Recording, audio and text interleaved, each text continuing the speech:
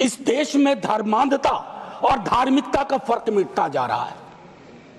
धार्मिक देश है हम, हजारों साल से धर्मांधता नई चीज है। डेली देखो, हर घंटे कोई बाबा आ रहे हैं, उनसे भिड़ने के लिए किसी मौलाना को भिड़ा दिया, वो ग्रह नक्षत्र देख के बता रहे हैं कभी नहीं नहाया तो कोई पाप नहीं धुलेगा। सर, ये परिपाटी संविधान के दृष्टिकोण से भी बंद होनी चाहिए।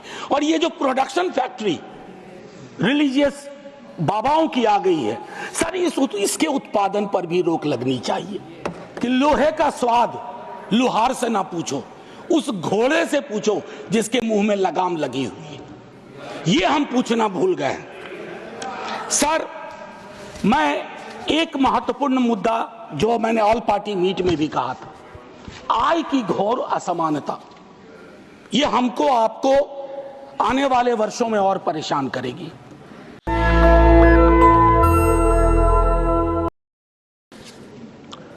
महोदय, कई परंपराएं हमने बदली हैं।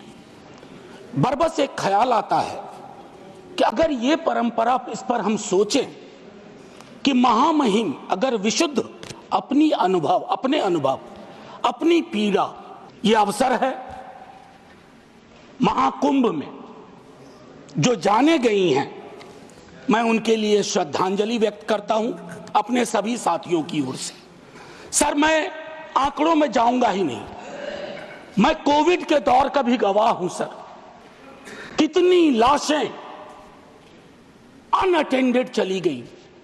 सर, अति साधारण लोग हैं ये, जिंदगी में डिग्निटी चाहिए सर, संविधान भी कहता है, लेकिन मौत में उससे बड़ी डिग्निटी चाहिए। अगर हम डिग्निफाइड डेथ नहीं इंश्योर कर पा रहे हैं सर, तो ये हमारे सामूहिक विफलता है सर। क्या आंकड़े की बात करूं, मैं जानता हूं मुझे फोन आते हैं, आपको भी आते होंगे कि फलनवा वो गया है, कोई खबर नहीं लग रही है, फोन नहीं लग रहा है। वो व्यग्रता, वो चिंता सर तब बढ़ जाती है ना जब 17 घंटे तक कोई आधिकारिक पुष्टि नहीं होती है, तो अफवाह फैलती है सर, और अफवाह फर्दर स्टैम्पीड को जन्म देती है। 2-3 जगह हो जाते हैं। और मैं क्या कहूं सर, मैं सोच रहा था कल जब बातचीत शुरू हुई, खड़गे साहब बोल रहे थे, बाकी लोग, मैं सोचा कि इतनी देर में नेहरू जी नहीं आए, तो नेहरू जी भी आ गए। 54 के कुंभ का जिक्र हुआ संभवतः कि इतने लोग मारे गए थे। सर, ये लाशों के आंकड़े पे तेरा वाला मेरा वाला, ये लोग कितने चोटिल होते होंगे समझिए सर। मैं आपके माध्यम से ये कहना चाहता हूं। और एक और चीज सर, इसके लिए भी मैंने, माननीय नड्डा साहब थे उस दिन ऑल पार्टी मीट में, प्रहलाद जी भी थे, मैंने एक बात कही थी सर, इस देश में धर्मांधता और धार्मिकता का फर्क मिटता जा रहा है। धार्मिक देश है हम, हजारों साल से धर्मांधता नई चीज है। डेली देखो, हर घंटे कोई बाबा आ रहे हैं, उनसे भिड़ने के लिए किसी मौलाना को भिड़ा दिया, वो ग्रह नक्षत्र देख के बता रहे हैं कभी नहीं नहाया तो कोई पाप नहीं धुलेगा। सर, ये परिपाटी संविधान के दृष्टिकोण से भी बंद होनी चाहिए। और ये जो प्रोडक्शन फैक्ट्री रिलीजियस बाबाओं की आ गई है, सर इसके उत्पादन पर भी रोक लगनी चाहिए। सर, दिक्कत क्या है, प्लीज बैठकर सर, बैठकर बात नहीं, आप आपस में बैठकर बात नहीं प्लीज। सर, मैंने उसके कहा था कि हर धर्म के अंदर इस तरह के सुपरस्टिशन जन्म हो रहे हैं। और मैं एक और बात कहता हूं सर, ईश्वर को क्यों ठग रहे हैं? वीवीआईपी दर्शन, ईश्वर के समक्ष भी ये बात होगी कि एक जनसाधारण का दर्शन, एक वीवीआईपी दर्शन। सर, ये संविधान सबसे मजबूत चीज है। पॉलिटिकल पार्टीज कलेक्टिव विल है, कोई भी वीवीआईपी दर्शन किसी मंदिर में, किसी दरगाह में नहीं होगा। तभी प्लीज आप बैठ जाइए। सर, मैं सिर्फ इतना कहना चाहता हूं सर कि माननीय महामहिम ने एक बात रखी कि सरकार के निर्णयों से गरीब, मध्यम वर्ग, युवा, महिलाओं, किसानों को सर्वोच्च प्राथमिकता मिलती है। सर अगर ये सच होता तो मैं ये सवाल नहीं उठाता। आंकड़े तो हमें उपलब्ध ही नहीं हो पा रहे हैं सर, सेंसस ही नहीं हो रहा, तो बाकी छोड़ दीजिए, हम कास्ट सेंसस की बात करते हैं, यहां सेंसस का एलोकेशन ही देख करके चिंता में पड़ गए हैं कि आखिर कौन सी चिंता है। सर ये आंकड़े चिंता का विषय है सर। किसान प्राथमिकता में है और किसान से संवाद नहीं है सर। असल में एक बात एक कवि ने कही थी सर, आप मुझसे बेहतर जानते हैं कि लोहे का स्वाद लोहार से ना पूछो, उस घोड़े से पूछो जिसके मुंह में लगाम लगी हुई है। ये हम पूछना भूल गए हैं सर। मैं एक महत्वपूर्ण मुद्दा जो मैंने ऑल पार्टी मीट में भी कहा था, आय की घोर असमानता, ये हमको आपको आने वाले वर्षों में और परेशान करेगी।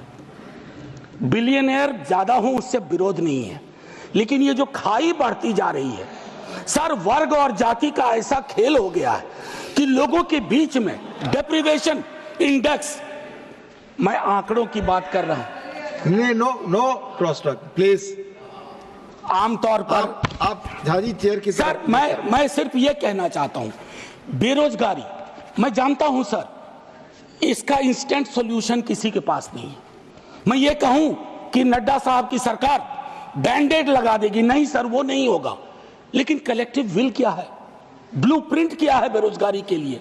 उसके लिए पहली चीज होती है सर, एक्नॉलेज इट, मानो कि बेरोजगारी है। डोंट कुक डेटा कुकिंग करेंगे, इतने को ऐसे रोजगार मिल गया, इतने वहां कुछ तल रहा है, इससे फर्क नहीं पड़ता सर। हर 3 युवा में 2 बेरोजगार है। और नतीजे में देखिए सर, एक हमारे यहां संस्था है बिहार में जो परीक्षाएं कंडक्ट करती हैं उच्च पदों की सर, उसका करिकुलम वाइटे कहता है कि बीते कुछ वर्षों में कोई भी परीक्षा बिना रिगिंग के नहीं हुई है, और अगर आप वहां जाकर के न्याय मांगो तो आप पे लाठीचार्ज होता है। तो युवाओं का कौन सा देश हम दे रहे हैं सर। एक ऐसी हैं वामपंथी उग्रवाद से प्रभावित जिले कम हो रहे हैं, बड़ी खुशी की बात है, लेकिन एक दक्षिणपंथी उग्रवाद भी है, एक दक्षिणपंथी अतिवाद भी है, और जिसके अंदर संभावना होती है कि वो छद्म राष्ट्रवाद का रूप ले लेता है। उसके बारे में हम क्या सोच रहे हैं, ये भी सर तय करना होगा, अन्यथा संविधान के मूल्य, ये सारी चीजें खारिज हो जाएंगी। सर पेज नंबर 27 पे पैरा 31 महामहिम कहती हैं 144 करोड़ आबादी के क्षेत्र हैं, भिन्न भिन्न राज्य हैं, भिन्न भिन्न आबादी में भिन्न भिन्न क्षेत्र हैं, भिन्न भिन्न भाषाएं हैं। मेरी समझ में नहीं आया कि हमने रिलीजन को, धर्म को ओमिट क्यों किया इसमें। हम भिन्न भिन्न धर्म के भी देश हैं, और ये हिंदुस्तान की खूबसूरती है, भारतवर्ष की खूबसूरती है कि दुनिया का कोई ऐसा धर्म नहीं है जो हमारे यहाँ ना हो, और पारस्परिक मेल जोल का एक लंबा इतिहास रहा है। हम दुनिया को सीख दे सकते हैं, हम दुनिया को सीख दे सकते हैं कि let's learn from pluralism from us, peaceful coexistence. हालांकि हाल के दिनों में हमने वो लर्निंग का जो मॉड्यूल है उसको खराब कर दिया है सर।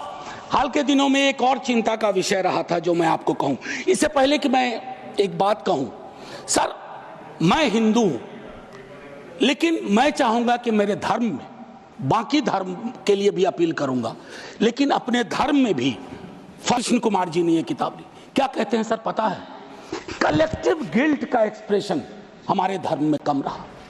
औरतों के साथ क्या क्या नहीं हुआ, कलेक्टिव गिल्ट नहीं। जातियों में देखिए किस तरह का व्यवहार रहा, कलेक्टिव गिल्ट नहीं।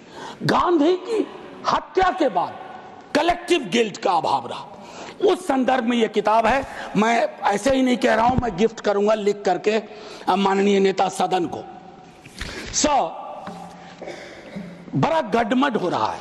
अगर देखें महामहिम के भाषण में, अभी हाल के दिनों में चर्चा हुई कि स्टेट, सर पॉलिटिकल लाइफ में विरोध करना तो इनकी नीतियों का शुरू किया था विद्यार्थी के रूप में। तो हम कहते थे Indian state oppressive state, Indian state down down, लेकिन हम फर्क जानते थे राज्य और राष्ट्र का। हाल के दिनों में एक बयान आया नेता प्रतिपक्ष का, उसके बाद शुरू हो गया कि राष्ट्र को कहा नहीं भाई। मैं एक पेपर पढ़ाता हूं एमए में, डिपार्टमेंट ऑफ सोशल वर्क में, दिल्ली यूनिवर्सिटी में। उसका नाम है state political economy and governance. उसका पहली यूनिट में कहता हूं there is a difference between nation comma state comma it's government. हम तीनों डिस्टिंक्शन को ब्लर कर रहे हैं। मैं राष्ट्र की खूबसूरती के लिए अपने सरकार की आलोचना करूंगा, मैं राष्ट्र की बेहतरी के लिए अपने राज्य की आलोचना करूंगा, लेकिन मैं राष्ट्र के साथ मोहब्बत में हूं, इसलिए कर रहा हूं। इस डिस्टिंक्शन को खत्म ना किया जाए सर।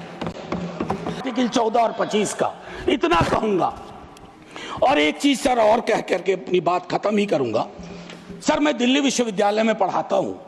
अभी यूजीसी का ड्राफ्ट रेगुलेशन आया, यह भी मैंने ऑल पार्टी मीट में कही थी। हमारे दोनों माननीय मंत्री जी वहां थे, हाँ हमारे साथी लोग सब थे, इन्होंने भी रेज किया। सर ड्राफ्ट रेगुलेशन मैं चाहूंगा आप पढ़िए। सर ये विश्वविद्यालयों की मौत की इबारत है। It's going to be an obituary for the university system at is exist today. It's anti teacher, anti university and anti federalism, anti student. क्यों ये कह रहा हूं मैंने एक अंग्रेजी दैनिक में लेख लिखा इसके बारे में। सर विश्वविद्यालय का हूं, पीड़ा होती है। क्या बनाना चाह रहे हैं विश्वविद्यालय का? विश्वविद्यालय में विश्व शब्द महत्वपूर्ण है, वैश्विक वर्ल्ड व्यू उसका क्या है, नैरो है या व्यापक है? अगर नैरो है तो फिर क्या जरूरत है? या कहीं ये प्लान तो नहीं है कि पूरी की पूरी शिक्षा की व्यवस्था हम निजी हाथों में सौंप दें, ताकि आपके तो स्कूल के नाम भी मैंने कई बार आपत्ति दर्ज की है, Eklavya model school. Sir Eklavya के नाम पर, एकलव्य को प्रताड़ित चरित्र मानता हूं। प्रताड़ित था वो, सिस्टम का पार्ट नहीं था। इसलिए सर मैं चाहता हूं कि पूरी व्यवस्था उस अनुसार से हमें देखनी चाहिए। सर एक चीज कहूंगा इसमें, अगर मैं दो तीन छोटी छोटी चीजें सर, आंगनवाड़ी, सहायिका, आशा, ये हमारे कैरियर्स हैं, हमारी सारी स्कीम को ढो रहे हैं। उनका मानदेय क्या है? उनका मानदेय चिंता का विषय है। सारी स्कीम को वो कैरी करते हैं। एक तो वैकेंसी है, ऊपर से उनके मानदेय में कोई बढ़ोतरी नहीं, तो एक स्टैग्नेशन है सर, कंप्लीट स्टैग्नेशन है। उनके लिए सोचा जाए, उनके बारे में, उनके कार्य के अनुरूप चर्चा हो। सर टीचर की वैकेंसी, मैं तो अपने यहां से भी वाकिफ हूं, विश्वविद्यालयों की बात नहीं करूंगा।